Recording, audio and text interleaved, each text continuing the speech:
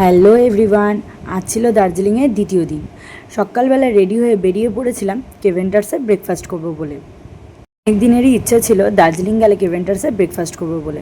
Finally এবার ইচ্ছেটা পূরণ হলো। মানে অনেক লাইন পড়ে, বাট আমাদের ভাগ্য ভালো ছিল যার জন্য আমরা কোনো লাইন পাইনি।